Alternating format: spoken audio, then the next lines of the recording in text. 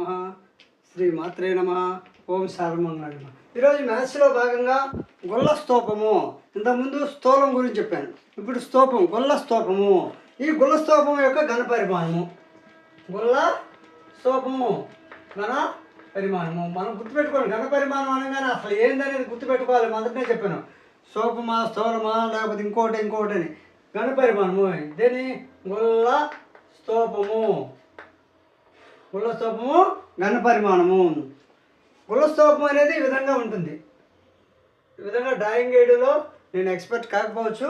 స్తూపం అనేది ఆరు, ఇది హెచ్, ఈ విధంగా ఇది డి, ఇది డి. దీన్ని హాలో స్పేర్ అని అంటాం. ఇప్పుడు గొల్ల స్తూపం ఘన పరిమాణం formula πr square minus πr square minus πr square అంటే క్యాపిటల్ ఆరు స్మాల్ ఆరు గుర్తుపెట్టుకోండి. πr square minus πr square. అదేవిధంగా is equal to πr square is equal to 5 into πr square into h 5 into r square minus r square అంటే capital r square minus అంటే ఏం లేదు, ఈ 5 ముందుకు తెచ్చాము. చూడండి, గొల్ల స్తూపం యొక్క ఘన పరిమాణం ఏంటంటే πr square minus πr square, pi capital r square minus pi small r square into H. ఇక్కడికి వచ్చేసరికి పై అవుట్ సైడ్ తెచ్చినప్పుడు పైన కామన్గా చేసినప్పుడు 5 into r square minus small r square into H అనేది ఎత్తు. ఇప్పుడు గొల్ల స్తూప పరిమాణం ఏంటంటే గొల్ల స్తూపం యొక్క ఘన పరిమాణం ఫార్ములా ఏంటంటే 5 into r square, capital r square minus small r square into ఎత్తు అంతే ఫార్ములా. మీకు విలువలు ఏ ఆర్ ఇస్తే ఆరు ప్రకారం చేసుకుంటే మీకు అలవాటు పడతారు. అదేవిధంగా గొల్ల స్తూపం పక్కతల వైశాల్యము,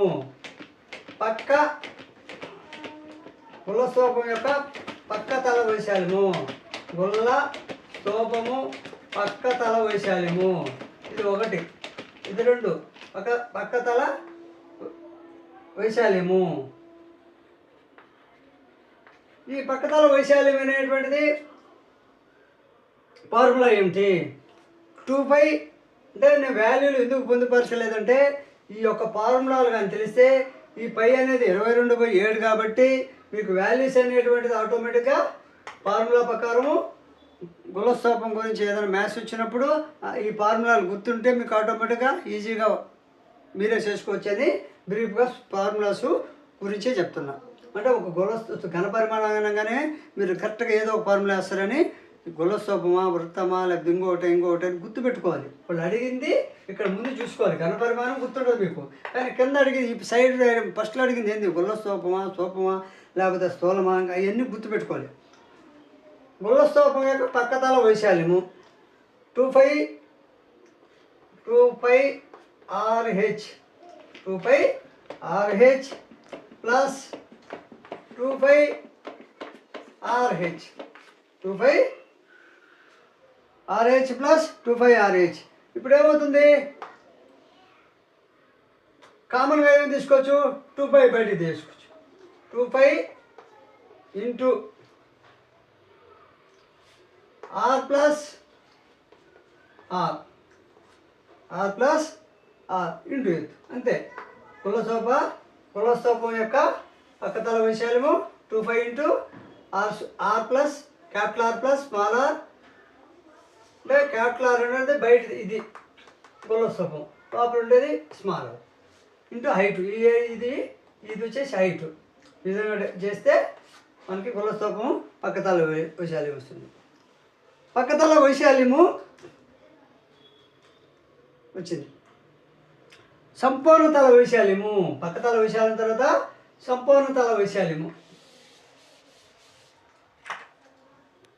గొల్ల స్తూపము యొక్క మూడోది గొల్ల స్తూపము సంపూర్ణ తల, పక్క తల అయిపోయింది, ఘన పరిమాణం ఇది సంపూర్ణ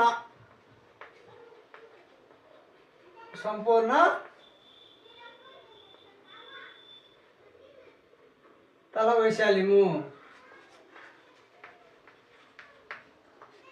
కులస్తూపం యొక్క సంపూర్ణ తల వైశాల్యం ఏంటంటే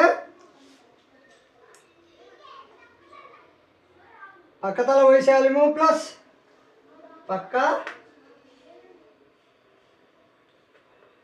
పక్కతల వైశాల్యము ప్లస్ పక్కతల వైశాల్యము plus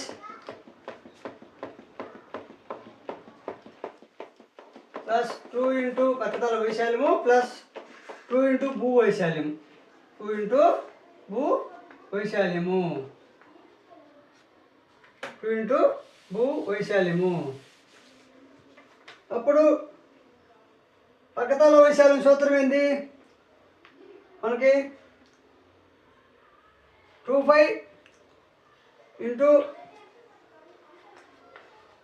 2π into r plus r into h plus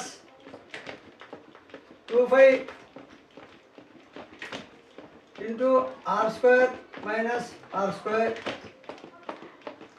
2π into capital R plus r plus 2π into capital R plus r into h plus 2π into capital R square minus r square.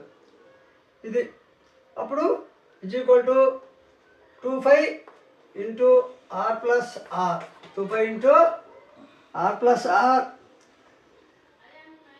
Into h plus 2π into r plus r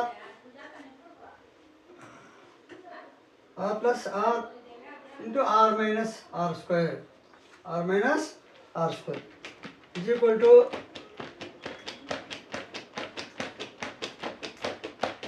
plus 2π into r plus r into h plus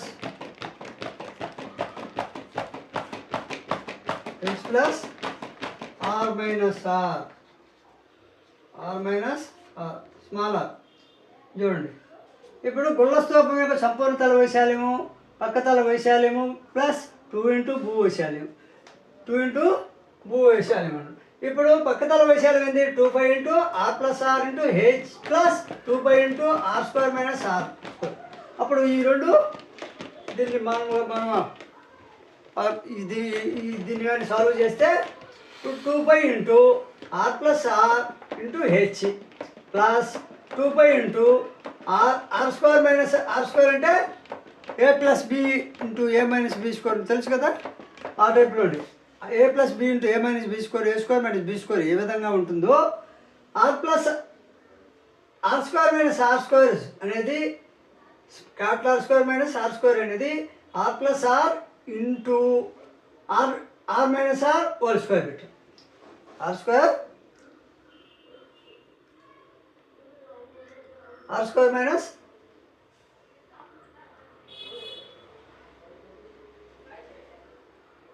r plus r into r minus r square. అప్పుడు 2π into ఈ r plus r into H plus r minus r.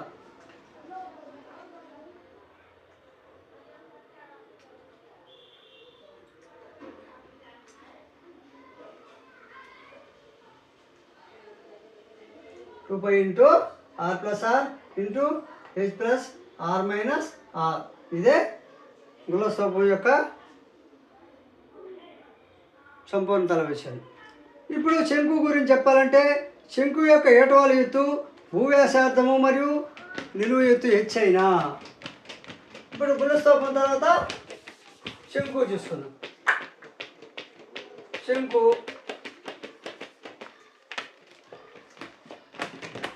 ఇది శంకువు ఈ శంకు గురించి, ఈ శంకు యొక్క ఏటవాల ఎత్తు, భూవ్యాసార్థము మరియు నిలువు ఎత్తు హెచ్ అయినా, ఇది నిలువు ఎత్తు హెచ్ అయినా,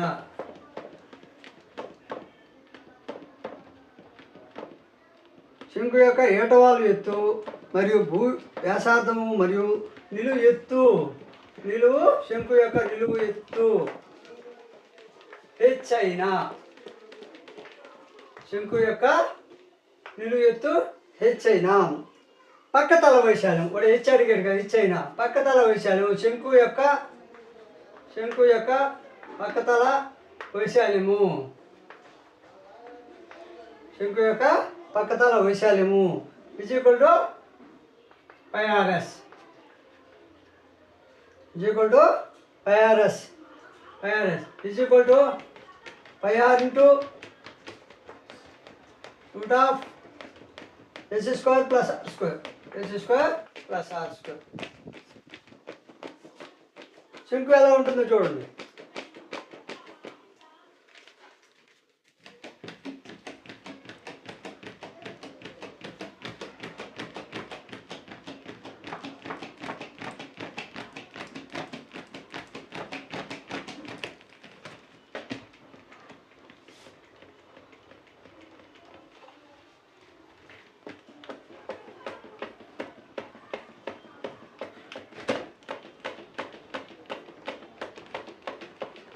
ఏహెచ్ ఇది ఎస్,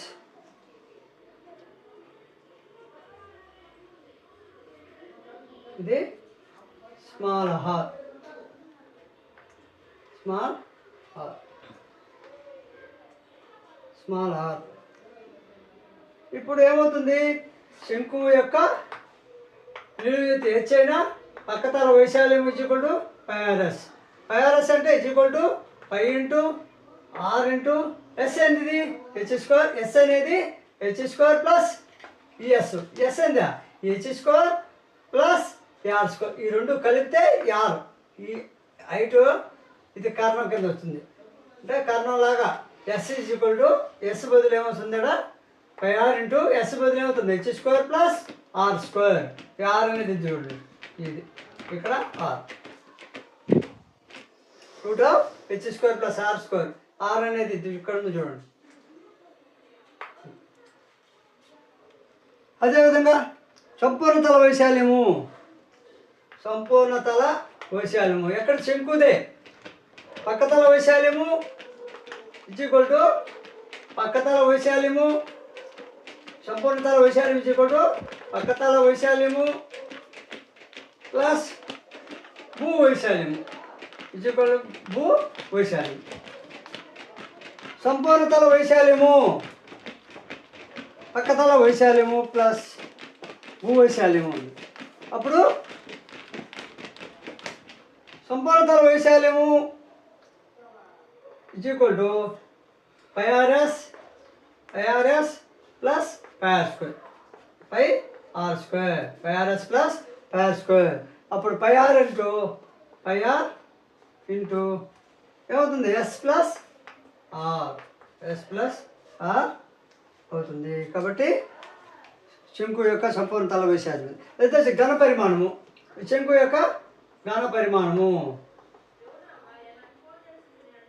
శంకు యొక్క ఘన పరిమాణము, శంకు యొక్క ఘన పరిమాణం ఏంటంటే 1/3 pi are square h, 1/3 pi are square h. అప్పుడు s square is equal to ఘన పరిమాణం, శంకు యొక్క ఘన పరిమాణం 1/3 into pi are square h. అప్పుడు s square is equal to h square plus are square, h square r square అనేది H square plus are square, ఇది హెచ్ ఆర్, ఈ రెండు కలిపితే ఎస్ స్క్వేర్ అవుతుంది. అదేవిధంగా s is equal to root of h square plus are square, ఎందుకంటే s single చేస్తే అప్పుడు రూట్ వస్తుంది, రూట్ చేయాలి ఇది. అప్పుడు therefore r is equal to root of r కనుక ఆర్ బయటకు వస్తే root of yes square minus h square. అంటే ఇక్కడ ప్లస్ ఉంది కాబట్టి ఆర్ బయటకు వచ్చింది, ఆరు బయటికి తీసుకొస్తే r is equal to s square. Yes square ఏంటి రూట్ చేసి ఎస్ సింగిల్గా ఉంది కాబట్టి రూట్ చేస్తే మన వాల్యూ మారదు కాబట్టి root of yes square minus h square. ఇది ఘనపరిమాణం శంకు యొక్క. కాబట్టి వీడియో నచ్చితే లైక్ చేయండి, షేర్ చేయండి, సబ్స్క్రైబ్ చేయండి.